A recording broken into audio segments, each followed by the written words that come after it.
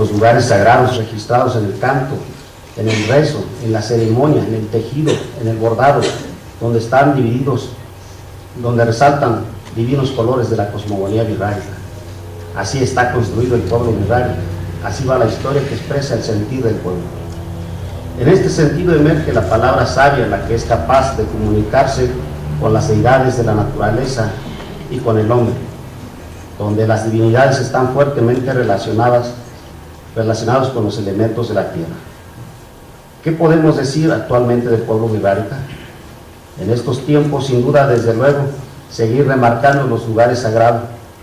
Por ejemplo, Viricuta, región de arriba, es uno de los espacios más sagrados reconocidos por los virraritarios, donde surgió nuestro Padre Sol. Es el confín último de las divinidades creadoras del mundo, conocido como el lugar del saber milenario ancestral, una de ofrendas, de rezos y de cantos que alimenta la palabra verdadera del Maracán.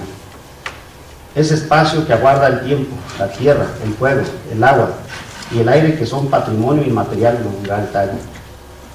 Los pueblos originarios reconocen sus espacios milenarios, su espacio físico y su espacio espiritual.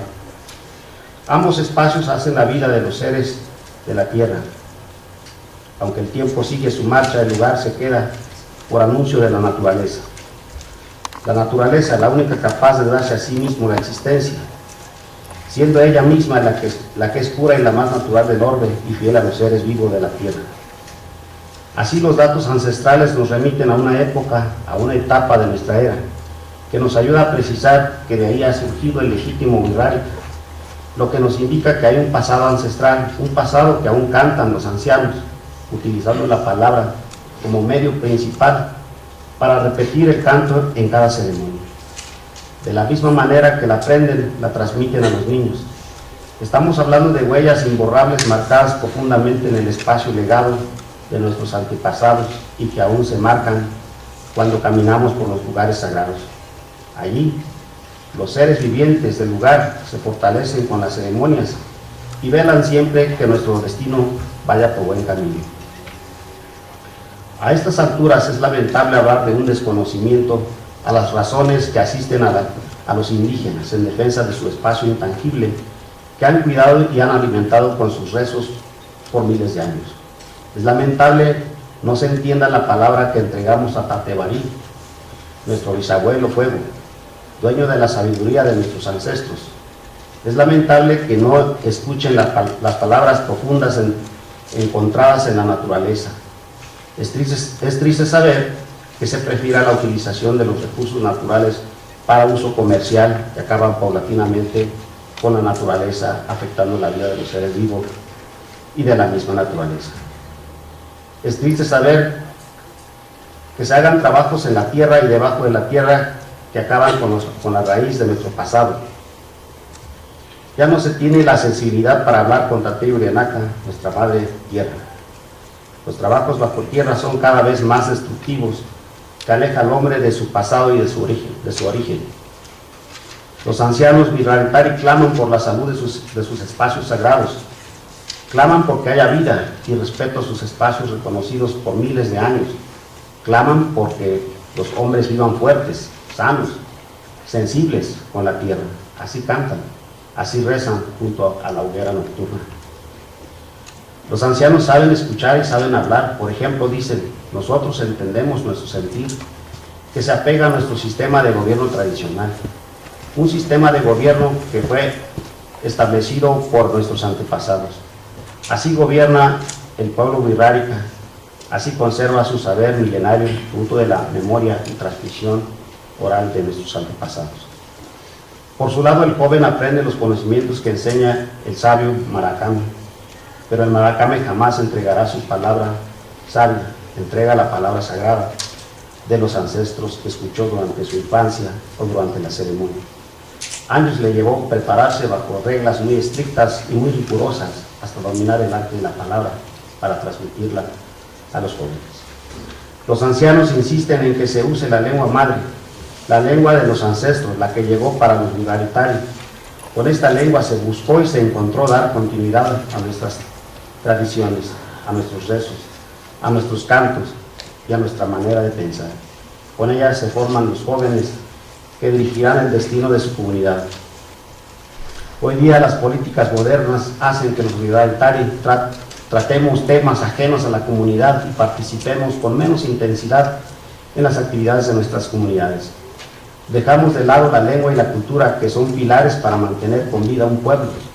Sin embargo, sabemos que de la sabiduría del Maracame se aprenden las habilidades y capacidades de los verdaderos creadores de la palabra y la tradición. Así se domina el arte del bien hablar, ahí se distingue el rol social de la mujer y del hombre, ahí se conocen las funciones básicas de los cargos ceremoniales, las funciones de los cargos administrativos del sistema de gobierno tradicional. Allí se enseñan las técnicas del cultivo del campo y la correcta utilización de los recursos naturales. Ahí se desarrolla las artes de la cocina, de la artesanía, de la danza y de los cantos y rezos. Ahí se explica la importancia que tienen las ceremonias y los ritos tradicionales. Ahí mismo se enseñan las técnicas curativas milenarias a base de medicina natural y se explica el calendario wixárika. Ahí se enseña a visitar los lugares sagrados. Se cuenta la historia verdadera de los wixárika basado en el saber de los ancianos, quienes poseen sabiduría profunda. Ahí se explican los nombres propios cuyo origen se remonta a la construcción del pueblo wixárika y la aparición del primer hombre wixárika. Sabemos, por tanto, que algunos pueblos indígenas de nuestro país y de América ya no hablan su lengua, no porque no quieran hablar, sino porque ha sido muy severa la exigencia del español, aplastando y desprestigiando el uso de la lengua materna. Esto conlleva a preferir el uso obligado del castellano. Debemos escuchar la palabra suprema del cabitero, anciano consejero que dirige el rumbo del pueblo. También escuchar al Maracame, guía principal de las ceremonias, el que evita que mueran las fiestas y el que vela por la salud de nuestra madre naturaleza. Sabemos que la palabra de nuestros ancestros pesa y pesa más cuando no cumplimos con las actividades dedicadas a las divinidades. Si no cumplimos, corremos el riesgo de acabar más rápidamente con nuestra identidad. ¿A qué otro lugar iremos si nuestro camino ha sido indicado por nuestros ancestros? Tenemos que encauzar nuestros compromisos con la naturaleza. Tenemos que sentir la cercanía de nuestros antepasados. Así dicen los que cantan y los que rezan. Así es el saber y el espíritu del wixárika. Así mantiene vivos sus divinidades, sus raíces, y así se comunica a través de sus cantos. Los pasos de nuestros antepasados son ahora nuestros pasos, los que conducen a los lugares sagrados, a las fiestas, a la casa del venado, siempre a través de la palabra. Sabemos que existen pueblos y sabemos que las habitan personas, pero no sabemos con precisión cómo se fundaron y por qué tuvo que ser ese lugar. No sabemos quiénes los habitaron primero.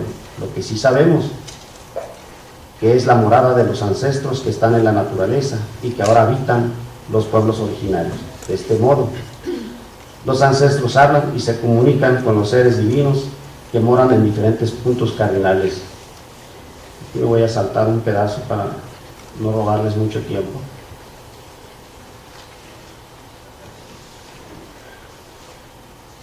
Más allá de los acuerdos de los gobiernos estatales, federales o internacionales, más allá del marco jurídico legal que asisten a los pueblos indígenas, más allá de los intereses particulares que buscan fines lucrativos, está la existencia de la razón de quienes reconocen como suyo el espacio de Viriputa, por ejemplo, un espacio sagrado que encierra el mundo wixárika. Un espacio de la tierra, un espacio propio de la humanidad, un espacio que hay que defender. Si no cuidamos los elementos más elementales y sustanciales del pueblo wixárika, se perderá la ceremonia del bautizo, por ejemplo, que comienza con la búsqueda del Maracame y los abuelos del niño dan la noticia de que ha nacido un niño. El Maracame perderá la facultad de soñar y no podrá encontrar el nombre del niño. No habrá un quinto día, el número sagrado wixárika con el que completa el ciclo. El Maracame ya no podrá presentar al niño ante un tuqui, el templo familiar, donde recibirá el bautizo. ¿Cómo esperar que luego salga el niño de casa para ser presentado ante Tatebarí, nuestro bisabuelo Fuego. El panorama que hemos presentado sobre la cosmovisión wixárika ayuda un poco a entender cómo es realmente el wixárika, su pueblo, su mundo, su manera de pensar y de ver las cosas. Hasta aquí, Papa Inicio. Muchas gracias.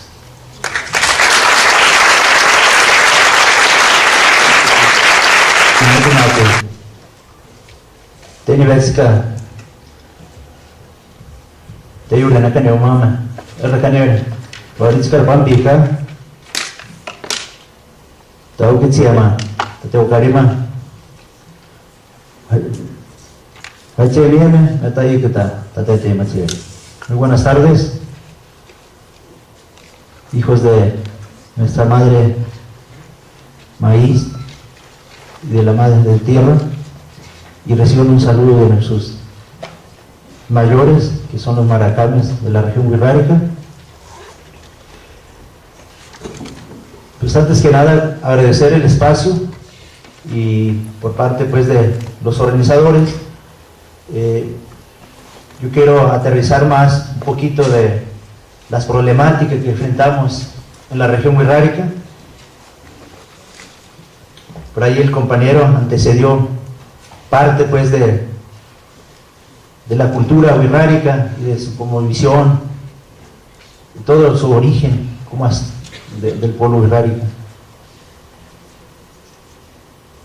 Por ahí también comentaban los compañeros exponentes pues que efectivamente ha sido un proceso muy largo, ¿no? Una historia larga de la existencia de los pueblos. En el caso del pueblo wixárika, pues desde antes de la conquista española ha existido, y que actualmente pues sigue con su resistencia, ¿no? Y entonces, por un lado nosotros hemos catalogado, ¿no?, como 3 etapas, ¿no? Esta parte de una invasión que hubo desde la corona española, y posteriormente esta parte de las reformas del que se hablaba, incluso de la constitución de entidades federativas, y actualmente lo que estamos enfrentando, ¿no?, la parte del sistema capitalista, neoliberalismo, y entonces catalogamos como esas 3 etapas, ¿no? Sin embargo, la resistencia del pueblo wixárika ha sido esta parte, por dar su forma de vida desde su estructura organizativa, política, cultural. Comentarles que en la región wixárika tenemos 3 tipos de autoridades, ¿no? Lo tradicional, que tiene que ver mucho esta parte pues de los centros ceremoniales, y que están encabezados pues por diferentes actores, en este caso el presidente de Jicarero, que se llaman Eurikuejate, y Tzaurirka, que son los cantadores pues que también vigilan los centros ceremoniales. Digamos, esta representatividad es la más básica pues para la región. Las autoridades máximas de la región serían estas autoridades, ¿no? Y que también civilmente son reconocidos, como es el Tatuán, el gobernador tradicional, y que en conjunto hay una coordinación. También tenemos a jueces que también forman parte de las autoridades civiles, y que los jueces más que nada fungen pues al interior de las comunidades y poblados dentro de la región wixárika, y que tienen que ver ya más de problemas internos, ¿no? Desde riña, desde robo de animales, ¿no?, abigeato, problemas internos que tienen que ver en la región, ¿no? Y también otra personalidad, que es la autoridad agraria, y que más bien ya esta parte surge en esta parte que mencionaba de la segunda etapa de las reformas que hubo, ¿no?, del nuevo constituyente, de que surgen 3 modalidades, ¿no?, la pequeña propiedad ejidal, comunal, y los pequeños propietarios, ¿no? Entonces, a partir de esta reforma surgen los comisariados ejidales, comunales, y actualmente también en las comunidades nos regimos a través de estas autoridades y que tiene que ver ya más de la tenencia de la tierra, ¿no? Quisiera comentar esta parte del pueblo wixárika y su territorio, que tiene que ver de centros ceremoniales. Comentaba el compañero que el pueblo wixárika pues se ubica en la Sierra Madre Occidental, dentro del estado de Jalisco, Nayarit, Durango. Sin embargo, tenemos territorio sagrado tanto al interior y al exterior del pueblo wixárika, como ya mencionaba, los 5 lugares sagrados. Actualmente la problemática más fuerte que nos aqueja es el caso de Wirikuta, que se ubica al oriente pues del pueblo wixárika. Wirikuta se ubica pues al norte del estado de San Luis, en varios municipios, ¿no? Entre ellos 14, Villa de la Paz, Villa de Guadalupe, Charcas. Y comentarles que uno de los embates o de las amenazas fuertes no solo ha sido esta parte de las industrias extractivas, ¿no? de las extractivas mineras, sino también tiene que ver de las industrias agroindustriales y tomateras que actualmente también están pues de alguna forma afectando nuestro territorio sagrado de Wirikuta. Quisiera aclarar esta parte, ¿por qué decir territorio sagrado de Wirikuta? Que tiene que ver mucho esta parte de lo que ya me antecedió el compañero, de que hay una relación estrecha, fuerte, de nuestra cultura wixárika a nuestro territorio. Es decir, a pesar de que nosotros como pueblo wixárika tenemos la titularidad en la zona de la Sierra Madre Occidental y no en Wirikuta u otros lugares sagrados, sin embargo, esta parte de la cosmogonía wixárika, por tener un estrecho vínculo fuerte hacia nuestro territorio sagrado, los lugares sagrados, en este caso de Wirikuta, pues se repercute mucho, en este caso en lo jurídico, ¿no? Y que actualmente algunas de las autoridades han reconocido, pues no tendrían por qué consultarse los lugares sagrados, ¿no? Porque son precisamente espacios territoriales que desde tiempos inmemoriales nosotros resguardamos, ¿no? Entonces, creo que esta parte del caso de Wirikuta tiene que ver mucho de la esencia de la vida del pueblo wixárika, es decir, que tenemos nuestro origen en los lugares sagrados, en el caso de Wirikuta, en donde está pues la deidad de Tamascoyumare, nuestro hermano mayor, el Jicuri, que es el venado, y también donde emerge nuestro Padre Sol. Por eso nosotros veneramos año con año este lugar sagrado, y comentarles por qué la lucha pues de defender Wirikuta, precisamente porque hay esa relación fuerte hacia nuestro territorio, cuando hablamos de cultura, cuando hablamos de nuestra cosmovisión wixárika, y que todo esto también tiene sus fundamentos pues en los diferentes instrumentos internacionales, ¿no? Esta parte de la importancia del territorio sagrado de Wirikuta, pues actualmente nos contextualiza pues, ¿no?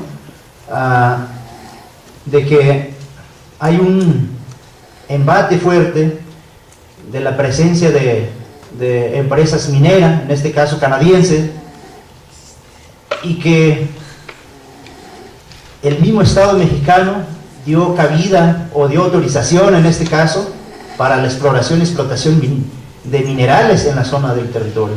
Por eso la estrategia de la defensa jurídica, ¿no? que hemos implementado, ¿no? Comentar esta parte de la afectación de la minería e industria, qué tanto perjudica, pues, ¿no? Hasta dónde, cuáles son los impactos, ¿no?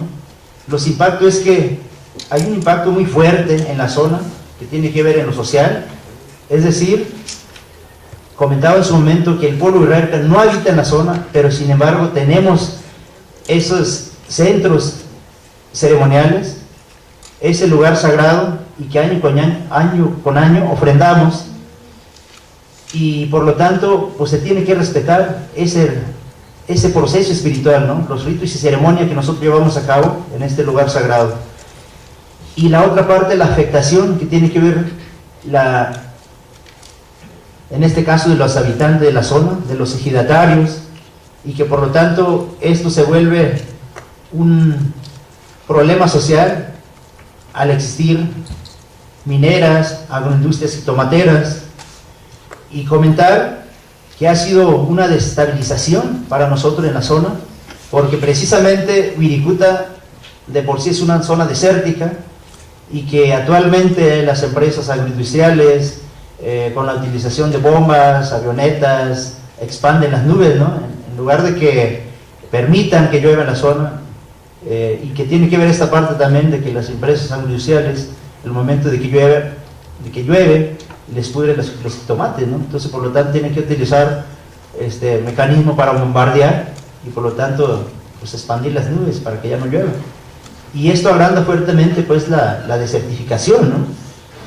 La pobreza, la migración en la zona, y que ha sido una tarea muy fuerte para nosotros esta parte de la búsqueda de alternativas, ¿no? De alternativas desde proyectos productivos, proyectos alternos, del que se mencionaba en su momento, precisamente para aportar y abonar pues un poquito de la reestructuración o la construcción pues del tejido social en la zona, ¿no? Entonces, y que esto abonaría pues parte del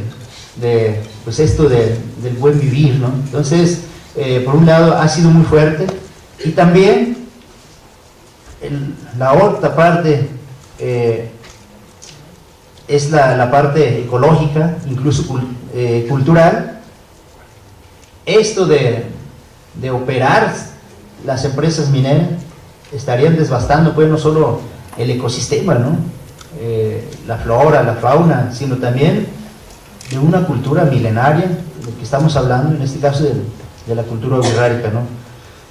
Entonces, por un lado, estas son las afectaciones, ¿no? de la industria extractiva minera, ¿no? Y bueno, finalmente comentar que los logros, los avances que hemos tenido en esta lucha de Wirikuta, bueno, por un lado, pues ha sido pues poner en boca de todo esta parte de la lucha, ¿no? de Wirikuta, ¿no?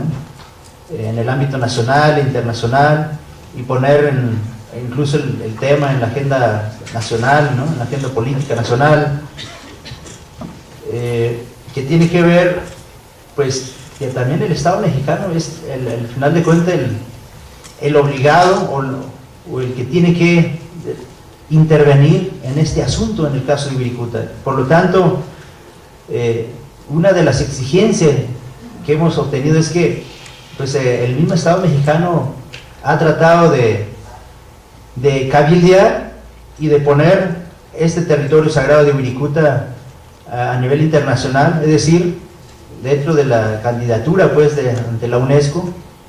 Nosotros hemos exigido pues, que el territorio sagrado de Wirikuta pues, no merece solamente este espacio territorial, sino que debe tener una protección efectiva y territorial como patrimonio cultural y natural. Sin embargo, el Estado mexicano implementó otra figura que es el patrimonio inmaterial, y que nosotros, para nosotros, dentro de la región, pues lo hemos analizado, que no es la figura idónea, pues, porque precisamente lo inmaterial no protegería toda esta parte desde la flora, la fauna, desde esta parte de las plantas sagradas que tenemos en la región de Wirikuta. Ya no hablemos de territorio sagrado, ¿no? Entonces, el momento de operar una minera, una empresa, pues no se estaría protegiendo esta parte de lo material, ¿no? Podemos tener una figura de patrimonio inmaterial, sin embargo, desde luego que protege el canto, la música, todo eso, el rezo, pero sin embargo, ya no protegería en sí esta parte, ¿no? de la relación estrecha que tenemos nosotros de nuestra cultura hacia el territorio. Y también esta parte hemos logrado para que el Estado mexicano de alguna forma no solamente visibilice el caso de Wirikuta, sino también parte de la protección ha tratado de incorporar al territorio sagrado de Wirikuta como reserva minera nacional. Sin embargo, en Wirikuta podemos decir que siguen intactas las concesiones mineras, ha habido anuncio, por ejemplo, el 24 de mayo de este año, de que Wirikuta ya se había logrado, ya había liberado de concesión minera, ya había pues sí, mucha gente ya había cantado victoria de que Wirikuta había pues quedado libre de amenaza, ¿no? Sin embargo, nosotros tenemos bien documentado, 79 concesiones siguen intactas, más de 98,000 hectáreas sigue concesionada del área natural protegida de Wirikuta, que son las 140,000 hectáreas, y la cual representa el 75% pues, del área natural protegida concesionada, ¿no? Entonces, esta parte, comentarles que la parte de la que se está gestionando y cabildeando es que la Reserva Minera Nacional se está incorporando parte del territorio sagrado de Wirikuta en la parte donde no existe concesiones, es decir, se están dejando libre todas las concesiones que existen en Wirikuta, y la parte libre de amenaza, libre de concesiones, es la que se está incorporando como Reserva Minera Nacional, ¿no? Desde un principio se había comentado que se iban incorporar 45,000 hectáreas, y después mencionaron 70,000 hectáreas, del cual de esas 70,000 hectáreas, 60,000 se está considerando como Reserva Minera Nacional, y 10,000 está fuera del área natural protegida. Bueno, son datos que nos pueden confundir, pues, pero sin embargo, pues la problemática sigue ahí. Y también, recientemente, pues se ha impulsado fuertemente esta parte, y que el gobierno federal también emite esta parte de la reserva, de la biosfera, del área natural protegida de Wirikuta, y que estamos en proceso pues del análisis para pues de alguna forma ver cuáles son los escenarios, ¿no? Los escenarios positivos, negativos, qué tanto implica el contar con una reserva de la biosfera en Wirikuta, porque de entrada pues estamos viendo de que hay planteamientos y propuestas de que no solamente entraría pues esta parte de programas y políticas pues que son turísticas, ¿no? Desde la implementación de las red, ¿no? Desde proyectos pues que tiene que ver de la restauración del medio ambiente, ¿no? La restauración pues del ecosistema, ¿no? Nosotros le estamos apostando sí a la restauración, pero de acuerdo a la contextualización pues del que vive en la zona, ¿no? Y bueno, finalmente comentar también en la parte de la estrategia jurídica, es que no solamente ha habido diferentes manifestaciones en pro de la defensa de Wirikuta, sino también que tiene que ver mucho esta parte para que Wirikuta logre un reconocimiento efectiva, pues tenemos que utilizar mecanismos judiciales también, ¿no? Y a raíz de esto, desde esta parte que les comentaba de que quizás muchas personas todavía tienen esta concepción, ¿no?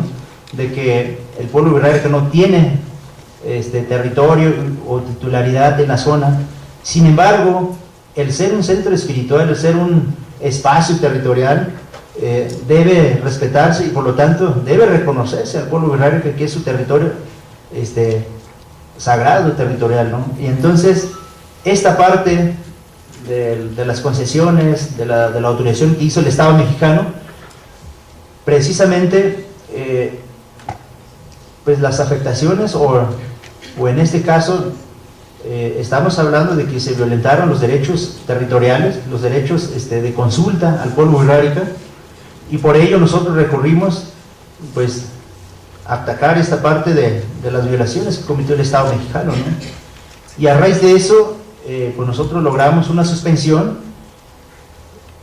la cual se emitió para efecto de que las cosas se mantengan actualmente en el estado que se encuentra, ¿no? Para que ninguna de las autoridades, tanto federal, estatal y municipal, autorice, o en este caso se abstengan de autorizar cualquier acto tendiente a la explotación minera. Y esto que tiene que ver solamente de las concesiones que tiene Fils Mayeste en la zona, porque hay otra empresa que se llama Proyecto Universo, que tiene más de 59,000 hectáreas en la zona para explotar, y que tiene esa autorización pues, ¿no? en la zona, y que representa más o menos el 42% del área natural protegida, y que es una de las empresas más amenazantes pues, ¿no? de la zona. Y también comentar que en todo este proceso hemos logrado desde hace un año, pues nosotros levantamos una queja o instauramos una queja de la Comisión Nacional de Derechos Humanos, y esta comisión recientemente ha emitido una recomendación en donde reconoce las violaciones a los derechos humanos de territorio, la entidad cultural, incluso de esta parte sobre el derecho de agua y saneamiento en la zona de Wirikuta, y que para nosotros es importante, no solamente la suspensión y la recomendación, que sentaría precedentes jurídicos, y que tiene que ver esto, lo que comentaba Rodrigo en ese momento, ¿no? Donde los jueces hacen una interpretación a las nuevas reformas de la Constitución y de la misma ley de amparo, y que están reconociendo un centro espiritual, un territorio sagrado como es Wirikuta, más allá si tiene titularidad jurídica, si tiene títulos, si tiene pues alguna escritura, ¿no? Simplemente de acuerdo a los convenios o a los instrumentos internacionales, pues se tiene que respetar, ¿no? Esto por el simple hecho de utilizar su territorio de manera tradicional. Y entonces es uno de los avances en el proceso jurídico, esta parte de que Wirikuta tiene ya un reconocimiento en este ámbito, ¿no? Y bueno, sabemos que tenemos muy poco tiempo, pues quise más o menos plantear puntos claves. Hay mucho, el proceso, o en este caso la situación de Wirikuta es muy profundo y es muy amplio, ¿no? Entonces, comentar que actualmente pues el pueblo wixárika sigue con su lucha a estas alturas, ¿no? Esta parte de la resistencia que hablábamos, que tiene que ver mucho también la unidad colectiva pues de las comunidades, y que ha sido un obstáculo muy fuerte, sin embargo pues le seguimos apostando, y porque está en juego pues nuestra vida, ¿no? Esta parte de que Wirikuta, catalogándolo como matriz de vida, pues es un centro espiritual importantísimo, y por lo tanto pues se tiene que respetar, no solamente de acuerdo a las normas nacionales e internacionales, sino por principios éticos y como centro ceremonial y como territorio sagrado como tal. Y entonces son algunos de los planteamientos, y sobre todo el problema real que enfrentamos en Wirikuta, ¿no? Entonces, comentar solamente que son dos planteamientos fuertes, ¿no? Esta parte de la situación social que vivimos, y la parte jurídica, y que le estamos apostando para que al final de cuentas el gobierno federal o el Estado mexicano reconozca este territorio sagrado, y que podamos lograr detener o tratar de revocar todas estas concesiones mineras y que ya están autorizadas en la zona de Wirikuta. Gracias.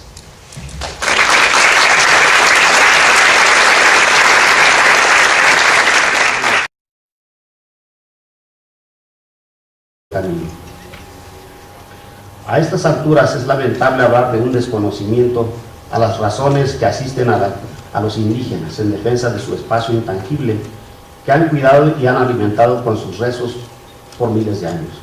Es lamentable no se entienda la palabra que entregamos a Tatebarí, nuestro bisabuelo fuego, dueño de la sabiduría de nuestros ancestros. Es lamentable que no escuchen las palabras profundas encontradas en la naturaleza. Es triste saber que se prefiera la utilización de los recursos naturales para uso comercial, que acaban paulatinamente con la naturaleza, afectando la vida de los seres vivos y de la misma naturaleza, de los seres vivos de la tierra. Así, los datos ancestrales nos remiten a una época, a una etapa de nuestra era, que nos ayuda a precisar que de ahí ha surgido el legítimo Wixárika, lo que nos indica que hay un pasado ancestral, un pasado que aún cantan los ancianos, utilizando la palabra como medio principal para repetir el canto en cada ceremonia. De la misma manera que la aprenden, la transmiten a los niños. Estamos hablando de huellas imborrables marcadas profundamente en el espacio legado de nuestros antepasados y que aún se marcan cuando caminamos por los lugares sagrados. Allí, los seres vivientes del lugar se fortalecen con las ceremonias y velan siempre que nuestro destino vaya por buen, conocido como el lugar del saber milenario ancestral, una de ofrendas, de rezos y de cantos que alimenta la palabra verdadera del Maracán. Ese espacio que aguarda el tiempo, la tierra, el fuego, el agua y el aire, que son patrimonio inmaterial de los Wixárika. Los pueblos originarios reconocen sus espacios milenarios, su espacio físico y su espacio espiritual. Ambos espacios hacen la vida de los seres de la tierra. Aunque el tiempo sigue su marcha, el lugar se queda por anuncio de la naturaleza. La naturaleza, la única capaz de darse a sí mismo la existencia, siendo ella misma la que es pura y la más natural del orbe y fimonía wixárika. Así está construido el pueblo wixárika, así va la historia que expresa el sentir del pueblo. En este sentido emerge la palabra sabia, la que es capaz de comunicarse con las deidades de la naturaleza y con el hombre, donde las divinidades están fuertemente relacionados con los elementos de la tierra. ¿Qué podemos decir actualmente del pueblo wixárika? En estos tiempos, sin duda, desde luego, seguir remarcando los lugares sagrados. Por ejemplo, Viricuta, región de arriba, es uno de los espacios más sagrados reconocidos por los wixáritas, donde surgió nuestro Padre Sol. Es el confín último de las divinidades creadoras del mundo.